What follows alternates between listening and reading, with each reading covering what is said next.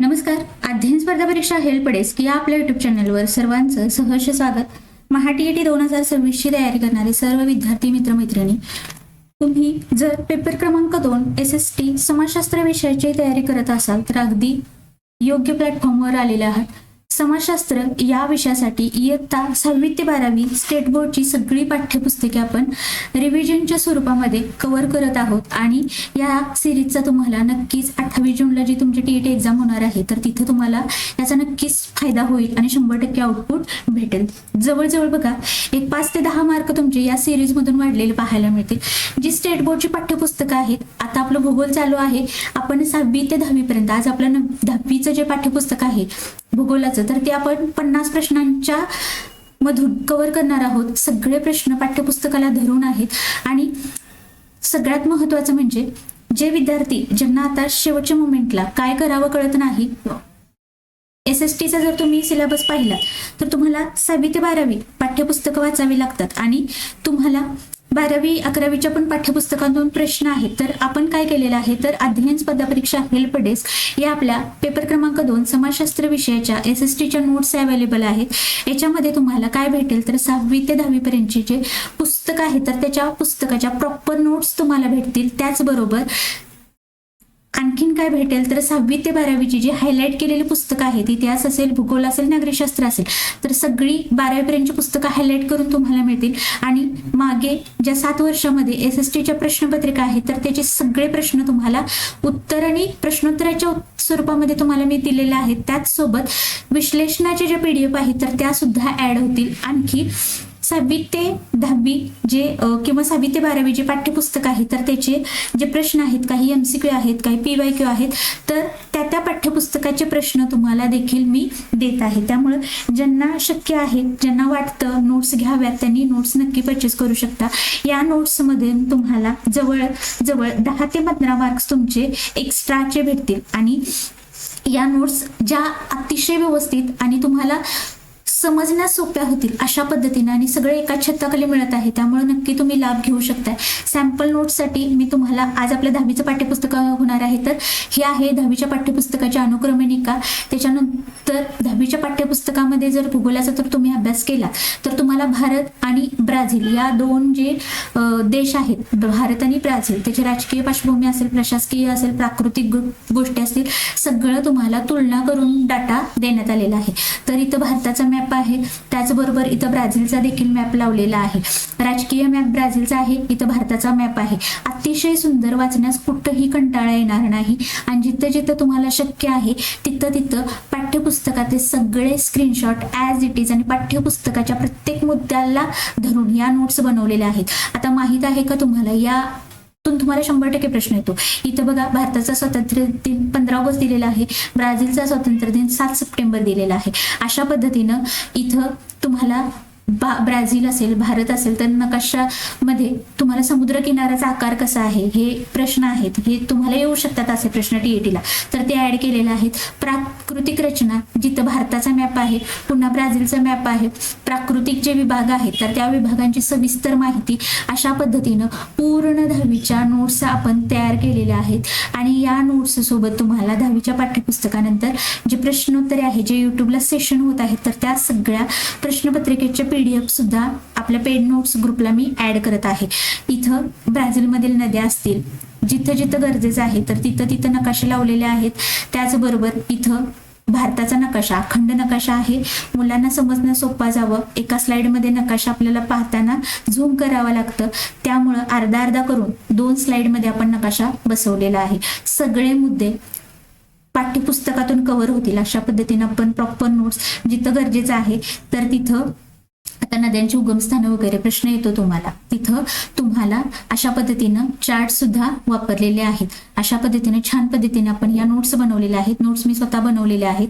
इथून प्रश्न येतो. आता इथं ब्राझीलमधील जे नद्यांचं खोरं आहे तर तिथं रचना, सरासरी पर्जन्यमानाचा हा काय आहे, नकाशा आहे. अशा पद्धतीनं जिथं जिथं शक्य आहे तिथं चार्ट्स असतील, महत्वाचे नकाशा असतील तर अशा पद्धतीने आणि पाठ्यपुस्तकातले स्क्रीनशॉट तुम्हाला नोट्सच्या स्वरूपात सगळाच डाटा दिला तर कोणत्या गोष्टीला फोकस करायचं कळत नाही.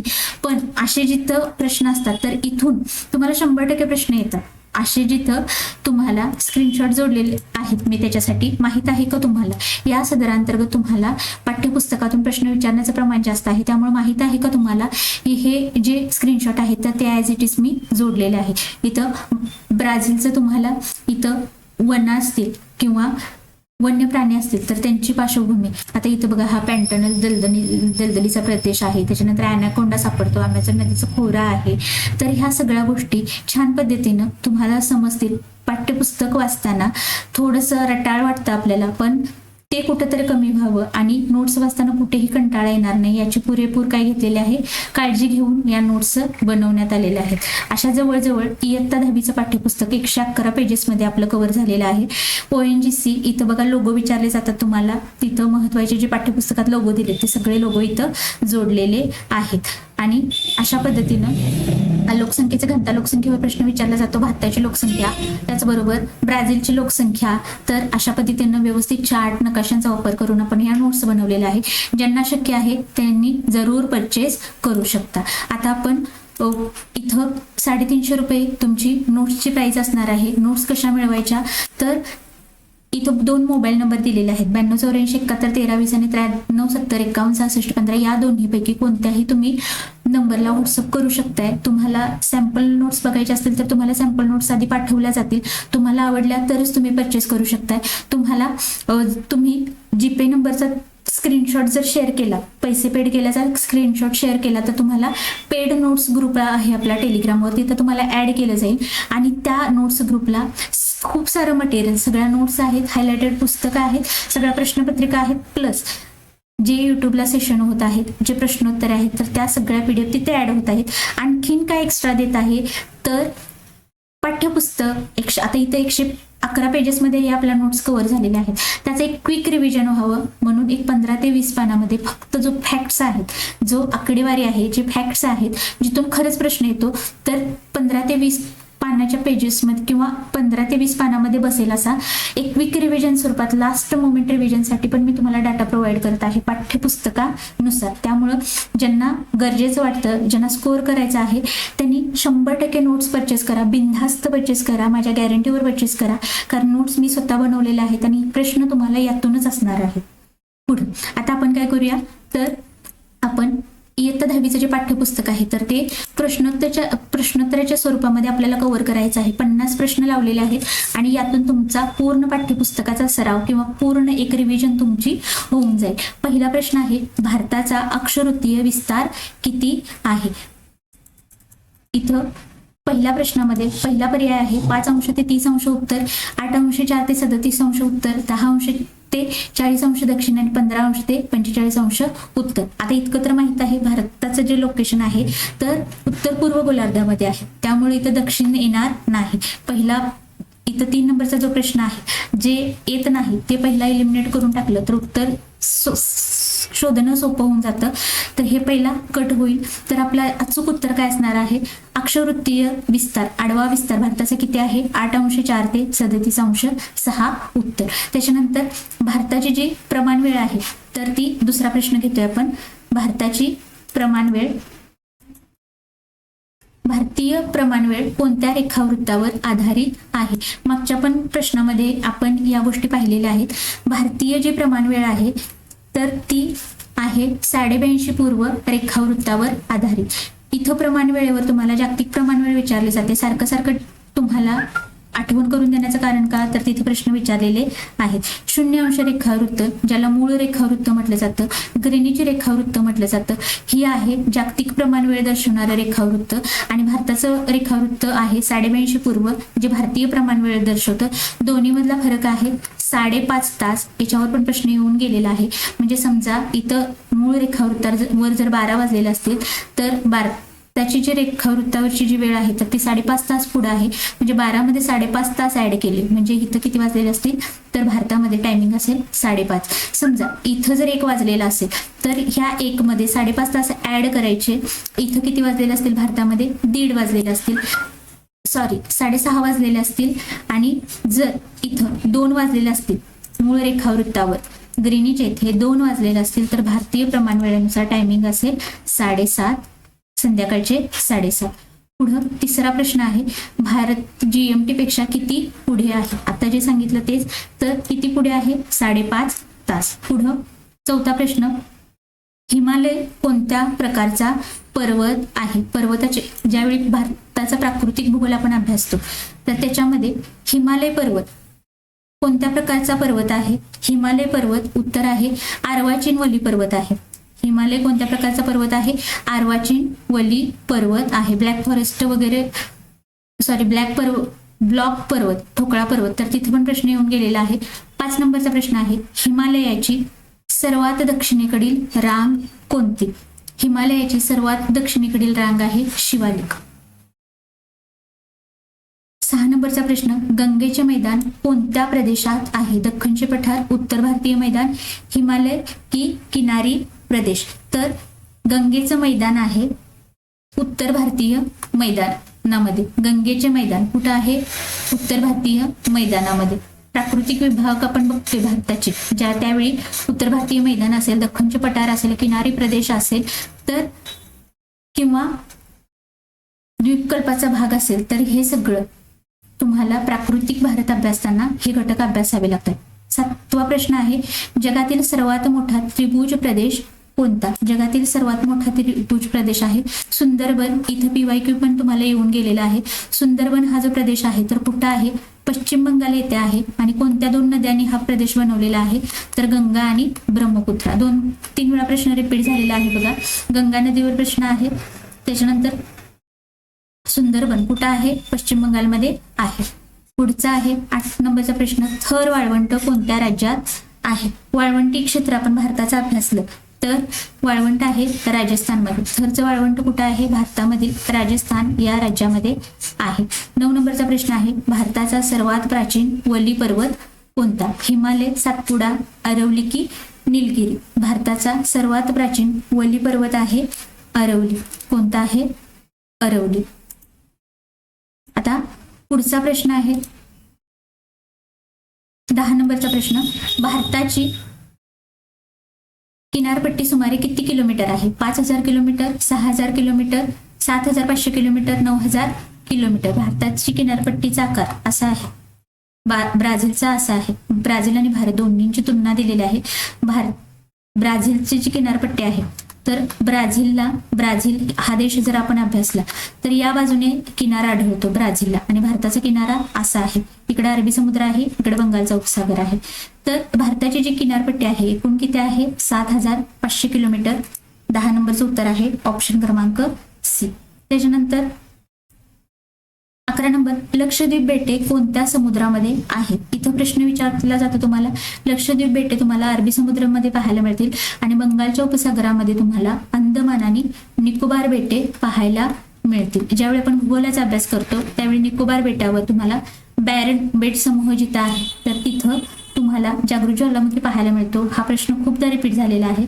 पुढे तोच प्रश्न आहे, भारतातील एकमेव जागृत ज्वालामुखी कुठे आहे? तर तो बघा, भारतातील एकमेव जागृत ज्वालामुखी कुठे आहे? अंदमान निकोबार येथे. आणि बेट कोणतं आहे? बॅरन बेट. अतिशय व्हेरी IMP प्रश्न आहे, भारतातील जागृत ज्वालामुखी बॅरन बेटावर. ब्राझीलची राजधानी कोणती? 13 नंबरचा प्रश्न, ब्राझीलची राजधानी कोणती? रिओ दी जानेरो, साओ पावलो, ब्राझिलिया की मनॉस? तर ब्राझीलची राजधानी आहे ब्राझिलिया. जसं भारतामध्ये दिल्ली राजधानी क्षेत्र मोडतं तसं ब्राझीलची राजधानी ब्राझिलिया. ब्राझील कोणत्या खंडामध्ये आहे? जसा भारत आशिया खंडामध्ये आहे. पूर्ण 10वीचं पाठ्यपुस्तक जर तुम्ही घेतलं उघडून बघा, पूर्ण ब्राझील आणि भारत तुम्हाला तुलना करून तुम्हाला कंटेंट पाहायला मिळेल. जसं भारत आशिया खंडामध्ये आहे तसा ब्राझील कोणत्या खंडामध्ये येतो? ए आहे आफ्रिका, बी युरोप, सी आहे दक्षिण अमेरिका आणि डी आहे ऑस्ट्रेलिया. तर ब्राझील आहे दक्षिण अमेरिका खंडामध्ये. ऑप्शन क्रमांक सी. 15 नंबर, ब्राझीलला स्वातंत्र्य कोणत्या साली मिळाले? भारताचं स्वातंत्र्य साल आहे 1947. ब्राझीलचं स्वातंत्र्य साल विचारलेला आहे 1947, 1822, 1910 की 1950. तर ब्राझीलला स्वातंत्र्य मिळालेलं आहे 1822 मध्ये. ब्राझीलमधील सर्वोच्च शिखर कोणते? ब्राझीलचा ज्यावेळी प्राकृतिक नकाशा आपण बघतो, ब्राझीलचा प्राकृतिक नकाशा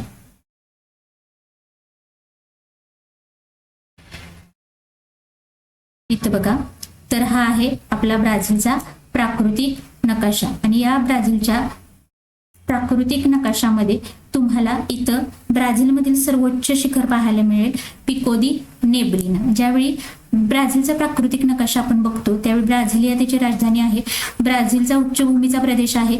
त्याच्यानंतर इथं अजस्त्र कडा हा भाग आहे, किनारी प्रदेश आहे. त्याच्यानंतर इथं अमेझॉन नदीचे खोरे आहेत आणि गियाना उच्चभूमीचा हा जो भाग आहे. तर एवढे प्राकृतिक प्रदेश ब्राझीलमध्ये तुम्हाला अभ्यासावे लागतात. ब्राझीलमध्ये आणखीन कोणत्या कोणत्या गोष्टी महत्वाच्या आहेत? माराजा बेट आहे, माराजा उपसागर आहे, साओ मास्कोस उपसागर आहे. त्याचबरोबर इथं उत्तर अटलांटिक महासागराचा किनारा आहे, इकडे आहे दक्षिण अटलांटिक महासागराचा किनारा. ब्राझीलचा जो किनारा आहे तर तो अशा पद्धतीने आहे. कसा आहे? अशा पद्धतीने आहे. ग्रेटर दॅन आपण चिन्ह काढतो तर ते अशा पद्धतीने येतं. असा आहे ब्राझीलचा किनारा. आणि भारताचा जर विचार केला तर व्ही शेप मध्ये आहे भारताचा किनारा. ब्राझीलमधील नद्या जर विचारात घेतल्या, सर्वात मोठं नदीखोरं आहे अमेझॉन नदीखोरं, झिंगू नदी आहे, त्याच्यानंतर पॅराग्वे नदी आहे, पॅराना नदी आहे, उरुग्वे नदी आहे.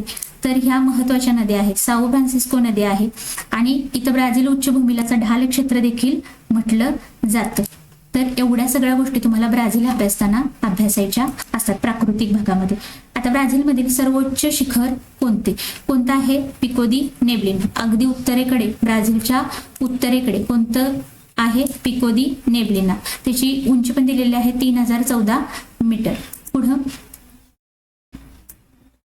17 नंबरचा प्रश्न आहे, ब्राझीलमधील सर्वात विस्तीर्ण मैदान कोणते? पॅन्टानल, अमेझॉन मैदान, पराना मैदान आणि गयाना मैदान. तर ब्राझीलमधील सर्वात मोठं नदीखोरं अमेझॉन नदीखोरं आणि त्याचंच मैदान आहे अमेझॉन मैदान. हे सर्वात विस्तीर्ण मैदान आहे ब्राझील मधील. पुढं 18 नंबरचा प्रश्न, अमेझॉन नदीचा उगम कुठे होतो?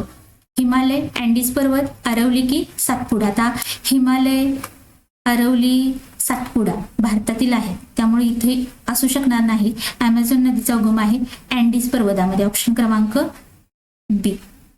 19 नंबर, अमेझॉन नदी कोणत्या महासागराला मिळते? अमेझॉन नदी कोणत्या महासागराला मिळते? हिंदी महासागर, पॅसिफिक महासागर, अटलांटिक महासागर की आर्टिक महासागर? अमेझॉन नदी मिळते तो महासागर आहे अटलांटिक महासागर. उत्तर अटलांटिक, दक्षिण अटलांटिक आत्ताच बघितलं.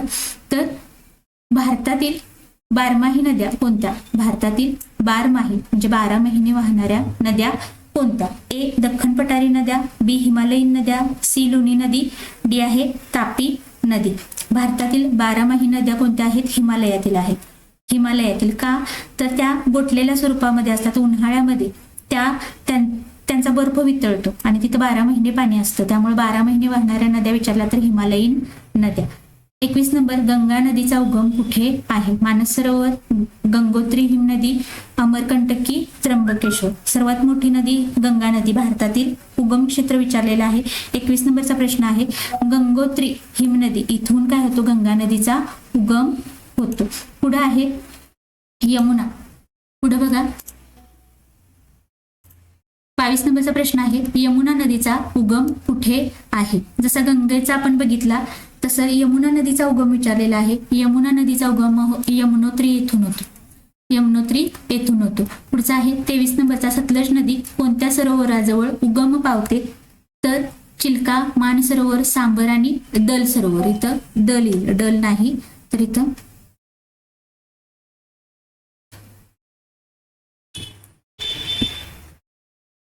तर सतलज नदी कोणत्या सरोवरातून उगम पावते? उत्तर असणार आहे मानस सरोवर. सतलज नदीचा उगम विचारलेला आहे मानस सरोवर. पुढं 24 नंबर, गोदावरी नदीचा उगम कुठे आहे? अमरकंटक, महाबळेश्वर, त्र्यंबकेश्वर की ब्रह्मगिरी? तर गोदावरी नदीचा उगम आहे त्र्यंबकेश्वर, नाशिक. पुढं 25 नंबर, कृष्णा नदीचा उगम कुठे आहे? महत्वाच्या नद्या तुम्हाला उगम क्षेत्र विचारलं जातं.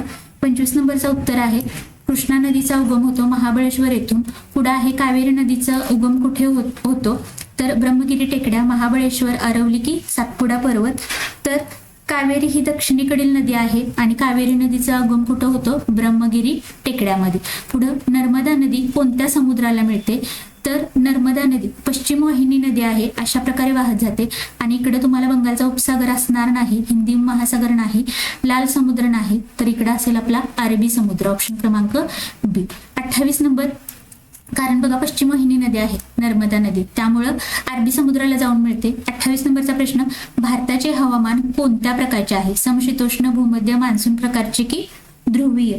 तर भारताचं हवामान जे आहे तर ते आहे मान्सून प्रकारचं, मान्सून हवामान आहे भारताचं, ऑप्शन क्रमांक सी. 29 नंबर, इथं आन्सर आहे, भारतात किती ऋतू मानले जातात? तर 4 ऋतू मानले जातात. किती? 4. पुढं, मुंबईत कोणत्या प्रकारचे हवामान आढळते? खंडीय, सागरी, वाळवंटी की टुंड्रा? तर मुंबईमध्ये सागरी हवामान, कारण समुद्र आहे, सागर किनारा लाभलेला आहे, त्यामुळे सागरी हवामान पाहायला मिळते, ऑप्शन क्रमांक बी. 31 नंबर, चेन्नईला जास्त पाऊस कोणत्या मान्सूनमुळे पडतो? चेन्नईचा पाऊस विचारलेला आहे. नैऋत्य मान्सून, ईशान्य मान्सून, पश्चिमी विक्षोभ की व्यापारी वारे? चेन्नईला जो पाऊस मिळतो तर ईशान्य मान्सूनमुळे जास्त पाऊस मिळतो, ऑप्शन क्रमांक बी. भारतातील जगाची फुफ्फुसे म्हणून कोणती वने ओळखली जातात? इथं बघा, इथं पर्याय आहे, पानझडी वने, अमेझॉनची वर्षावने, काटेरी वने की शंकुवृक्षी वने? प्रश्न परत एकदा, भारतातील जगाची फुफ्फुसे म्हणून कोणती वने ओळखली जातात? तर इथं बघा, इथं तुम्हाला भारतातील नाही, इथं ब्राझीलमधील पाहिजे. ब्राझीलमधील जी वने आहेत तर ती जगाची फुफ्फुसे म्हणून ओळखली जातात. तर ती वने कुठली आहेत? अमेझॉनमधील वर्षावने. अतिशय घनदाट आहेत, सदाहरित आहेत, त्यामुळे त्यांना जगाची फुफ्फुसे म्हणून ओळखली जातात. ब्राझीलमधील वनांना अमेझॉनची वर्षावने. 33 नंबर, ब्राझीलमध्ये कोणते झाड प्रसिद्ध आहे? साग, देवदार, रबर की चिंच? तर ब्राझीलमधील सर्वात प्रसिद्ध झाड आहे रबर. 34 किंवा सर्वात प्रसिद्ध वनस्पती आहे रबर. 34, भारतातील पानझडी वनात कोणती वनस्पती आढळते? साग, नारळ, देवदार की कॅक्टस? भारतातील पानझडी वनामध्ये आढळणारी वनस्पती विचारलेला आहे, ऑप्शन क्रमांक ए उत्तर आहे साग. भारतातील पानझडी वनात आढळणारी वनस्पती आहे साग. पुढे, भारतामध्ये काटेरी वने कुठे आढळतात? जास्त पावसाच्या प्रदेशामध्ये, त्याच्यानंतर 500 मिलीमीटर पेक्षा कमी पर्जन्य प्रदेशात, हिमालयात की किनारी भागात? काटेरी वने, भारतामध्ये काटेरी वने कुठे जास्त आढळतात? तर 500 मिलीमीटर पेक्षा कमी पाऊस जिथं पडतो तर तिथं भारतामध्ये काटेरी वने पाहायला मिळतात. त्याच्यानंतर 36 नंबर, भारतात एकशिंगी गेंडा कुठे आढळतो? एकशिंगी गेंडा कुठे आढळतो हा प्राणी? राजस्थान, आसाम, केरळ आणि पंजाबमध्ये. तर बघा, जे तिथं आढळणारे, भारतातील राज्यात तिथं आढळणारे महत्वाचे जे प्राणी आहेत तर त्याच्यामध्ये 36 नंबरचं उत्तर आहे ऑप्शन क्रमांक बी. आसाममध्ये तुम्हाला एकशिंगी गेंडा हा प्राणी आढळतो. एकशिंगी गेंडा कुठं आढळतो? आसाममध्ये. वन्य प्राणी तुम्हाला ब्राझील आणि भारत तुलना करून दिलेली आहे. भारत हा कोणत्या प्राण्यांचा देश आहे? वाघ व हत्ती, सिंह व बिबट्या, वाघ व सिंह, गेंडा व हत्ती? तर वाघ व सिंह या प्राण्यांचा देश आहे आणि अखंड जगभरामध्ये वाघ आणि सिंह आढळणारा भारत काय आहे? एकमेव देश आहे. काय आहे? एकमेव देश आहे. पुस्तकामध्ये तुम्हाला लाईन पाहायला मिळेल. त्याच्यानंतर पुढे 38 नंबर, 2011 च्या जनगणनेनुसार भारताची जी लोकसंख्या आहे तर ती किती आहे? 100 कोटी, 121 कोटी, 150 कोटी की 90 कोटी? 38 नंबरचा प्रश्न आहे. 2011च्या जनगणनेनुसार भारताची लोकसंख्या आहे 121 कोटी. 39 नंबर, भारताची लोकसंख्येची घनता आहे तर ती किती होती? भारताची लोकसंख्येची घनता 2011च्या प्रमाणानुसार किती होती? 250, 300, 382 की 500? तर सर्वांना माहित आहे 2011 नुसार भारताची जी लोकसंख्येची घनता आहे तर ती किती आहे? तर 382 प्रति चौरस किलोमीटर व्यक्ती. 40 नंबरचा प्रश्न बघा, ब्राझीलची सरासरी लोकसंख्येची घनता, जसं आपण भारताची 382 बघितलं, भारताची घनता 382 व्यक्ती प्रति चौरस किलोमीटर, तशी त्याच पद्धतीने ब्राझीलची सरासरी लोकसंख्येची घनता किती आहे? 50, 100, 23 की 75? 40 नंबरचं उत्तर आहे ऑप्शन क्रमांक सी, 23 इतकी घनता आहे. 23 व्यक्ती ब्राझीलची सरासरी लोकसंख्येची घनता. 41 नंबर आहे, ब्राझीलमध्ये लोकसंख्या प्रामुख्याने कुठे आढळते? जास्तीत जास्त लोकसंख्या कुठे आढळते ब्राझीलमध्ये? अमेझॉन खोरे, किनारपट्टीचा प्रदेश, पठारी भागात की जंगलाच्या भागामध्ये? तर इथे बघा, तुम्हाला लोकसंख्या सर्वात कुठं जास्त प्रामुख्याने आढळते असं विचारलेलं आहे. याचं उत्तर आहे ब्राझीलच्या किनारपट्टीचा जो भाग आहे तर तिथं तुम्हाला लोकसंख्या जास्त पाहायला मिळते. त्याच्यानंतर 42 नंबर, भारतात तरुण लोकसंख्या जास्त असल्यामुळे भारताला काय म्हटलं जातं तर तरुणांचा देश असं म्हटलं जातं. ऑप्शन क्रमांक सी. आता पुढं 43 नंबर, भारतातील नागरीकरणाचा टक्का 2011 मध्ये किती टक्के होता? भारतातील नागरीकरणाचा टक्का 2011 मध्ये किती टक्के होता? नागरीकरणाचा टक्का विचारलाय. 20%, 25%, 31.2% की 50%? तर भारताचा नागरीकरणाचा जो टक्का आहे तर तो किती होता? 31.2% पाठ्यपुस्तकाच्या माहितीनुसार. पुढं 44, भारतात सर्वाधिक नागरीकरण कुठे आहे? अतिशय महत्वाचा प्रश्न. भारतामध्ये सर्वाधिक नागरीकरण कुठे आहे? बिहार, राजस्थान, दिल्ली की आसाम? तर सर्वाधिक नागरीकरण कुठं झालेलं आहे? दिल्ली. पुढं 45 नंबर, ब्राझीलची किती टक्के लोकसंख्या शहरी भागामध्ये राहते? ब्राझीलची किती टक्के लोकसंख्या शहरी भागामध्ये राहते? 50%, 60%, 86%, 30%? उत्तर असणार आहे तर ब्राझीलमधील जवळजवळ 86% लोकसंख्या कुठं आढळते? शहरी भागामध्ये आढळते. आणि तुलनेनं भारतामध्ये विरुद्ध कंडिशन आहे. भारतातली लोकसंख्येची घनता किंवा लोकसंख्या ग्रामीण भागामध्ये आढळते मोठ्या प्रमाणात, तसं ब्राझीलमध्ये शहरी भागामध्ये लोकसंख्या किती आढळते तर जवळजवळ 86%.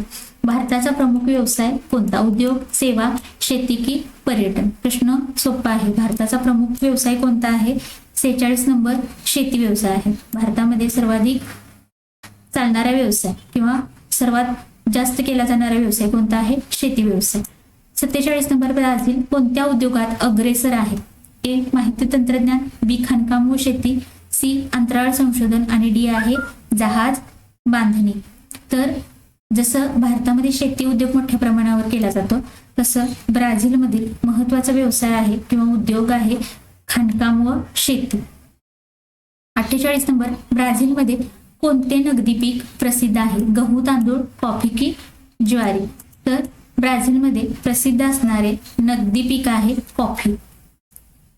आणि ठिकाण कोणतं आहे? साओ पावलो. सर्वाधिक कॉफी आढळते.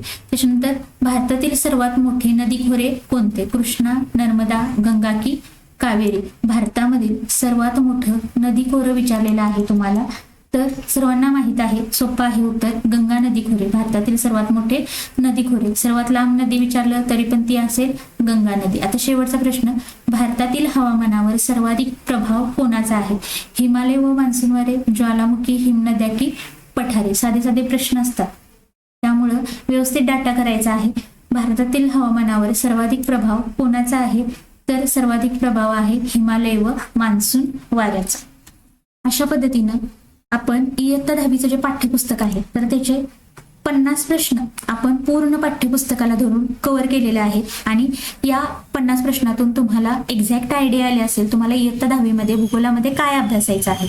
मी पुन्हा एकदा सांगते, जर तुम्ही इयत्ता 10वीचं भूगोलाचं पाठ्यपुस्तक उघडलं, भारत आणि भूगोल पूर्ण पहिल्या धड्यापासून शेवटच्या धड्यापर्यंत तुम्हाला काय दिलेलं आहे तर तुलना दिलेल्या आहे. तुलना किंवा ब्राझीलची माहिती किंवा भारताची जी माहिती आहे, प्राकृतिक भारत असेल, प्राकृतिक ब्राझील असेल, भारतातील लोकसंख्या, ब्राझीलमधील लोकसंख्या, या सगळ्या गोष्टी तुम्हाला तुलनेने मांडून दिलेल्या आहेत. आणि पॅरलली भारत आणि ब्राझील दोन्हीची एकत्रित माहिती तुम्हाला दिलेली आहे. त्यामुळं पाठ्यपुस्तकं जी आहेत तर ती पाठ्यपुस्तकच तुम्ही योग्य पद्धतीनं करा. ज्यांना शक्य आहे त्यांनी नोट्स जरूर परचेस करू शकता. 350 रुपये नोट्सची प्राइस आहे. नोट्समध्ये तुम्हाला 6वी ते 10वी हायलाइटेड नोट्स 6वी ते 10वी नोट्स भेटतील. 6वी ते 12वी हायलाइटेड पुस्तके, मागच्या SSTच्या सगळ्या प्रश्नपत्रिका आणि इयत्तेनुसार पाठ्यपुस्तकानुसार सगळ्या प्रश्न म्हणजे जी प्रश्नोत्तरे आहेत जे आपण युट्यूबला घेत आहोत तर ती, आणि काही एक्स्ट्रा प्रश्नोत्तरे आहेत तर ती तुम्हाला या नोट्स सोबत मी दिलेले आहेत. आणि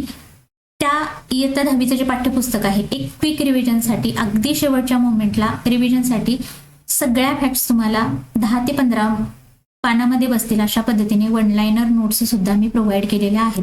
या तर नोट्स मी तुम्हाला देतच आहे, पण या नोट्स सोबतच वन लाइनर नोट्स सुद्धा मी तुम्हाला अगदी शॉर्ट वन लाइनर नोट्स सुद्धा दिलेल्या आहेत. ज्यांना घ्यायच्या आहेत त्यांनी या नंबरला कॉन्टॅक्ट करू शकताय. तुम्हाला सॅम्पल PDF पाहायचे असतील तरी सुद्धा कॉन्टॅक्ट करू शकताय. चॅनलवर तुम्ही असेच जोडले गेले राहा 28 जून पर्यंत.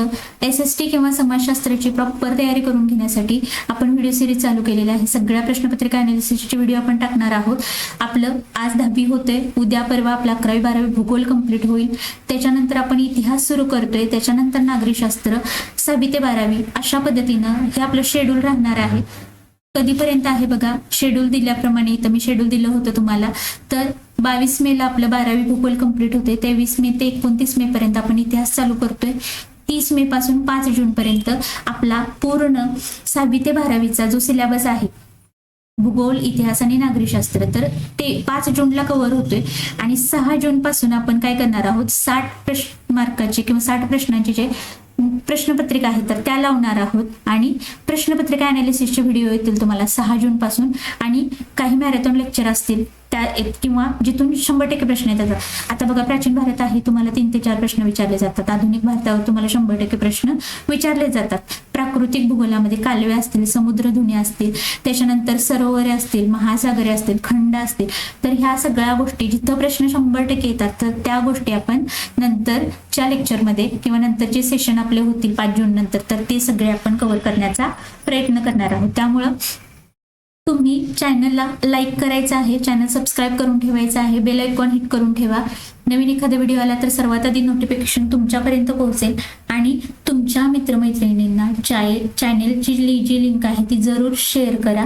तुम्ही एखादं लाईक दिलं तर 4-5 मुलांच्याकडं यूट्यूब काय करत असतं, व्हिडिओ रिकमेंड करत असतं. त्यामुळे जास्तीत जास्त मुलांच्यापर्यंत अगदी ऑथेंटिक पाठ्यपुस्तकाला धरून परीक्षेला येईल असेच प्रश्न आणि परीक्षेला येणाराच डाटा आपण घेत आहोत. त्यामुळं जास्तीत जास्त मुलांच्यापर्यंत या चॅनलचा किंवा ह्या व्हिडिओ सिरीजचा फायदा त्यांना देखील होऊ दे. त्यामुळे चॅनल जास्तीत जास्त शेअर करा.